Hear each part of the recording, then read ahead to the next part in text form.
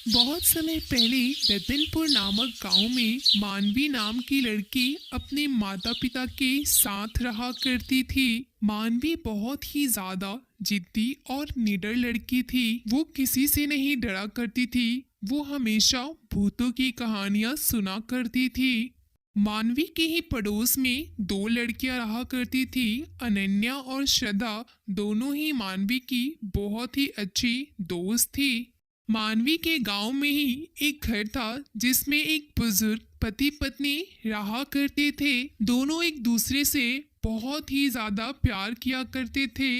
धीरे धीरे समय बीतता है और उस बुजुर्ग की पत्नी का निधन हो जाता है। अपनी पत्नी के निधन के बाद मदन बहुत ही ज्यादा उदास हो जाता है और हमेशा उसके ख्यालों में ही रहता है। और अपनी पत्नी की याद में उसने भी खाना पीना सब त्याग दिया था, जिसके कारण कुछ समय बाद उसकी भी मृत्यु हो जाती है। दोनों पति पत्नी के मृत्यु के बाद उनके घर में उस बुजुर्ग आदमी की आत्मा दिखने लगती है, जिसे देखकर लोग घबरा जाते हैं।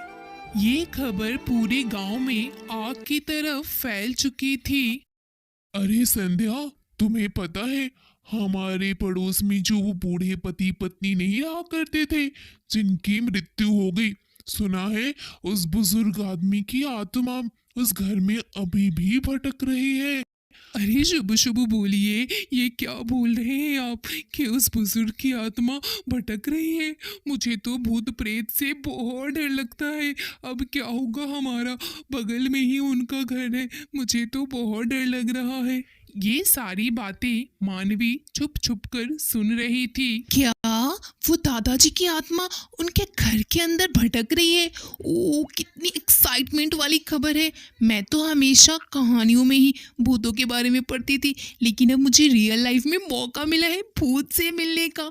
ये तो बहुत ही ज़्यादा एक्साइटमेंट वाली खबर है। अब तो मैं ज़रूर जाऊंगी भूत को देखने के लिए, बहुत ही मज़ा आएगा। ये कहकर मानवी बहुत ही ज़्यादा एक्साइटेड हो जाती है कि वो रियल लाइफ में घोस्ट देखेगी। अगले दिन वो अपनी दोस्त अनन्या और श्रद्धा के पास जाती है। तुम दोनों को ये बात पता है? हमारे पड़ोस में जो दादाजी रहते थे ना, जिनकी मृत्यु हो गई, पता है उनके घर में ना उनकी आत्मा भटकती है। ये कितनी मजेदार बात है ना, हमें रियल में एक भूत देखने को मिलेगा। मैंने क्या सोचा है, हम ना आज रात मम्मी पापा के सोने के बाद ना उनके घर चलेंगे और भूत को देखेंगे। प्लीज तुम दोनों मेरे साथ चलोगे ना? अरे नहीं मानवी, हम नहीं जाएंगे। अगर हमारे मम्मी पापा को ये बातें पता चली ना, तो वो हमें बहुत डांटेंगे।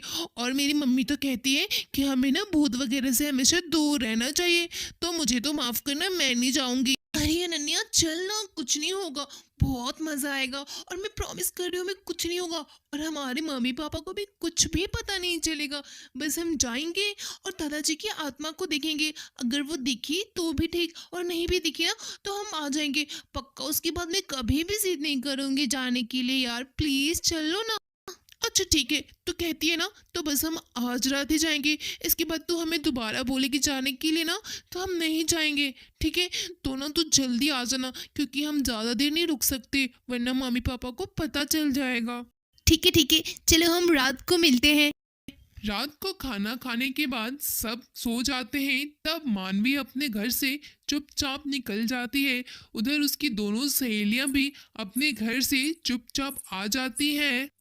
फिर तीनों मिलकर उस घर की तरफ जाती है। अरे मानवी, मुझे तो बहुत डर लग रहा है। प्लीज यार यहाँ से चलते हैं, अभी भी टाइम है।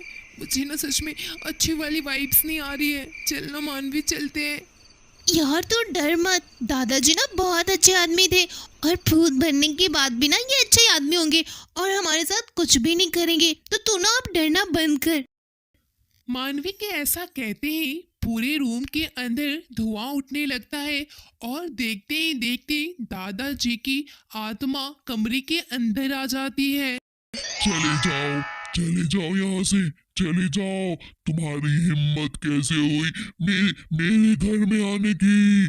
चले जाओ, वरना मैं तुम में से किसी को नहीं छोड़ूंगा।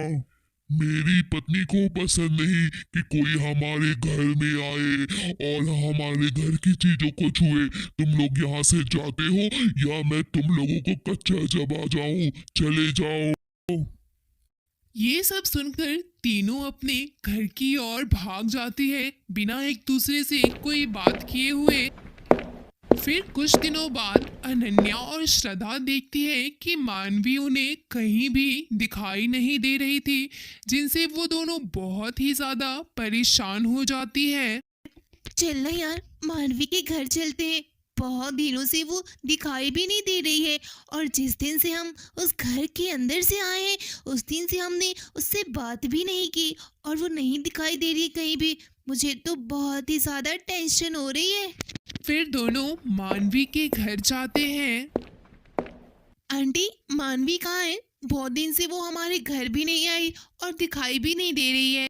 क्या बताऊं बेटा, मानवी की तबीयत बहुत दिनों से खराब है और वो तो बिस्तर से उठ भी नहीं पा रही है।